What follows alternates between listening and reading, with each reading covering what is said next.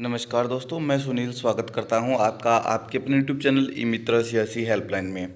तो आज हम बात करने वाले हैं जन आधार कार्ड में एक नया अपडेट आया ई केवाईसी के बारे में। वो करवाना ज़रूरी क्यों है और वो ई केवाईसी करवाते समय हमें किस बात का विशेष रूप से ध्यान रखना होगा। अगर हमने ये छोटी सी गलती कर दी ई केवाईसी कराते समय या जल्दबाजी कर दी तो हमें आगे आने वाले टाइम में किन किन समस्याओं का सामना करना पड़ सकता है।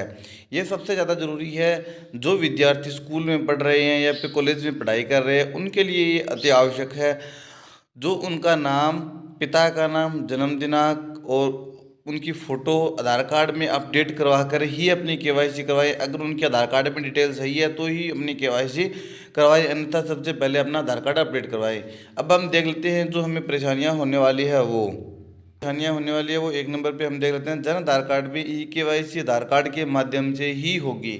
यानी कि अगर आधार कार्ड में मोबाइल नंबर लगा हुआ है तो आप ई केवाईसी कर सकते हो उस पर ओटीपी लेकर के। अगर आधार कार्ड में मोबाइल नंबर नहीं लगा हुआ तो आप बायोमेट्रिक चेक कर सकते हो। अगर किसी की बायोमेट्रिक नहीं आती है तो उस कंडीशन के अंदर आप सबसे पहले आधार कार्ड में मोबाइल नंबर लगवाइए या आधार कार्ड में अपनी बायोमेट्रिक अपडेट करवाइए। तो 2 नंबर पे हम बात कर लेते हैं आधार कार्ड में सारी जानकारी सही होनी चाहिए। यानी कि आधार कार्ड में आपकी सारी जानकारी सही होना अति आवश्यक है, जो कि मैंने आपको पहले ही बताया है। आधार कार्ड में नाम, वर्तमान फ़ोटो, जन्म दिनांक और यहाँ पे देखिए लिंग, पिता या पति का नाम सही होना अनिवार्य है, क्योंकि जैसे आप ई केवाईसी करेंगे ई केवाईसी करते ही वो सभी विवरण है तो जन आधार कार्ड में ऑटोमेटिक फीड यानी कि सेव हो जाएगा। तो वो सभी विवरण वहाँ पे ऑटोमेटिक आ जाएगा। जैसे आप ई केवाईसी करोगे सभी का आ जाएगा। ई केवाई यहाँ पे देखिए केवाईसी करवाने होने पर जन आधार कार्ड का विवरण स्वतः ही बदल जाएगा। तो आपको जैसे ही केवाईसी करवाते ही आपका जो विवरण है पूरी डिटेल अपडेट हो जाएगी। आपको कहीं से भी कुछ भी नहीं करवाना पड़ेगा।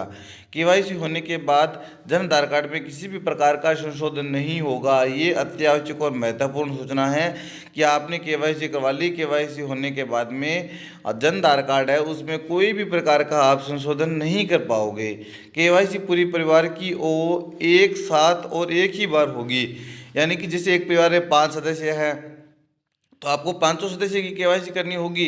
अगर एक साथ में आ जाते हैं तो ठीक है। अगर कोई बारी जैसे एक सदस्य आज आ गया, एक सदस्य दूसरी बार आ गया, एक सदस्य तीसरी बार आ गया, ऐसे भी आते हैं तो भी उनकी केवाईसी हो जाएगी। लेकिन उनकी जो कंप्लीट केवाईसी होगी वो सभी की बायोमेट्रिक यानी कि केवाईसी करवाने के बाद भी उनकी एक बार में केवाईसी होगी।